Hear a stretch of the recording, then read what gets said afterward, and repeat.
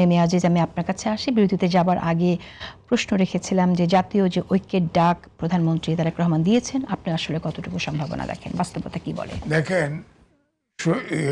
আপনার তারেক রহমান যে রিস্ক নিয়েছে এখন এই ভূ রাজনীতির প্রেক্ষিতে, যে রিস্ক নিয়েছে, জাতীয় ঐক্য দরকার, অবশ্যই দরকার।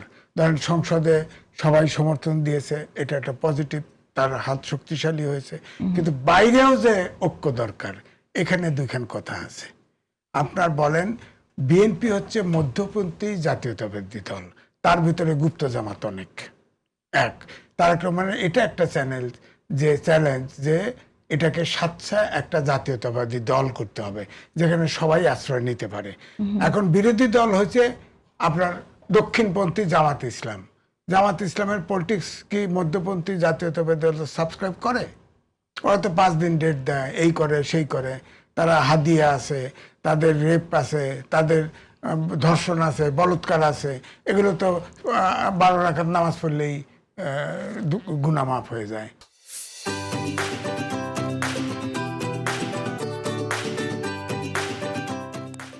তো এইসব রাজনীতির সাথে বিএনপি মিটলে একবার তো বহু বছর ছিল, বিএনপি তো খেতাব পেয়ে গেছে যে মুক্তিযুদ্ধ বিরোধী দল, মুক্তিযুদ্ধের দল হয়ে কয় বিরোধী দল।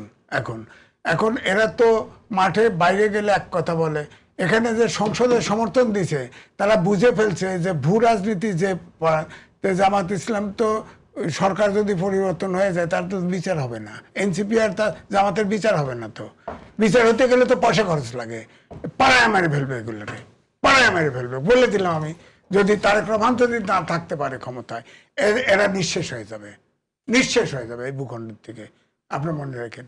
এই জন্যই এখন আমার বক্তব্য হলো ওনারা মাইলেজ পেতে চায়। গতবার ইলেকশনে ওই প্রায় ক্ষমতায় গেছে গেছে একটা ভাব হয়েছে না, এবং এখনো কিন্তু আপনি দেখেন কিছু শাহজাহান খান থেকে শুরু করে সবাই কিন্তু এখনো ব্যস্ত দিতেছে কিন্তু আবার ইসলামিক ব্যাংকে দেখেন কত টাকা তসরুপ করছে। এখন তো বলেন SLM এর লোক বলে ওনার চেয়ারম্যান বানায় দিছে, বা SML এর লোক সরাই দিছে, আরেকজন দিছে, পরিষদ ভেঙে দিছে, তারপরেও তাদের না, তাদের হাতে দিতে হবে যাতে ওই যে মালখানার থেকে টাকা আনে নিতে পারে। ওই যে দেখেন তাফালিং একটা পার্টি আছে না, রাজশাহী বাড়ি, এতে তো কইছে যে আমার বউ সাক্ষাৎকার নিছে, তার জিজ্ঞেস করছে যে সে ইসলামিক ব্যাংক থেকে 2 কোটি কত লাখ টাকা হোম লোন নিছে, বললো হোম লোন নিছি, হোম লোন জামানত নাই, কয় না আমার ওয়াইফ একজন বিশেষজ্ঞ ডাক্তার, সেটা তো নিতেই পারে, বলেন। তো এই জন্যেই আমি বলবো জামাতের সাথে ঐক্য বিএনপি হলে বিএনপি ক্ষমতাগ্রস্ত হবে এবং ঐক্য হবে না, এই ঐক্য হবে না। এখন আর সেই পরিস্থিতি নাই, কারণ জামাত ইসলাম সার্বজনীন দল নয়। আপনি তাদের দেখেন এনজিও টাইপের দল, যত প্রতিষ্ঠান আছে সব প্রতিষ্ঠানে জামাত এবং জামাতের কর্মী ছাড়া কেউ চাকরি করে না। অর্থাৎ জামাত যদি ক্ষমতায় আসে, এই যে আমরা 3 জন বসে আছি, 3 জনের 5 পয়সার উপকারও নেই, অর্থাৎ আমাদের দল না। জামাত ক্ষমতা আসলে শুধু জামাতের কর্মীদের উপকার, আর কারণ না। জামাত এই জন্য ইয়ে আছে, মানে জনশ্রুতি আছে যে জামাত কোরবানিতে গরু কোরবানি দিলেও ওই গরিব লোক জামাতের খোঁজে, অন্যরা দেয় না। তো সুতরাং আমার বক্তব্য হচ্ছে এই জামাতের সাথে এটাকে এই রিস্ক নিয়েই তাকে আগাইতে হবে। জামাতের সাথে ঐক্য করলে গুনে খায়া ফেলবে, এই বিএনপিকে দাঁড়াতেই দিবে না। জামাত ধরে নিতে হবে, জামাত এখন শত্রু। হ্যাঁ, জামাতের সাথে কোনো ঐক্য করা যাবে না।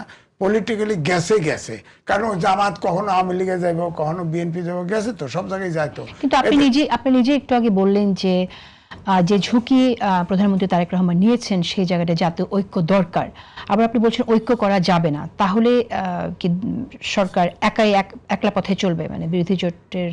আমার বক্তব্য হচ্ছে তাছাড়া তো উপায় নাই। কারণ হচ্ছে জামাত তো যে যদি দেখে যে বিএনপি বিপদে পড়ছে, তারেক রহমান বিপদে পড়ছে, ও তো পিস্টান দিবে, একটু প্রেডিক্ট করা যায় না। সুতরাং নিজে বলিয়ান হয়ে ফাইট করতে হবে। রিস্ক নিয়েছে উনি, জীবনে রিস্ক নিয়েছে এবং দেশের জন্য রিস্ক নিয়েছে।